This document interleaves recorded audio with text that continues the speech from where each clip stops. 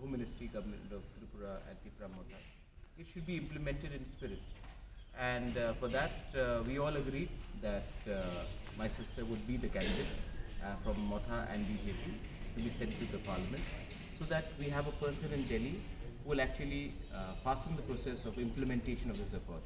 You see, signing an accord is one thing, but we need right people in Delhi who will not put roadblocks. And I think after 75 years, indigenous people of Tripura also need a sense of hope, and that can only happen if we all work as a team. So I'm very happy that we are going there today for her nomination. And believe me, we will win by a record margin.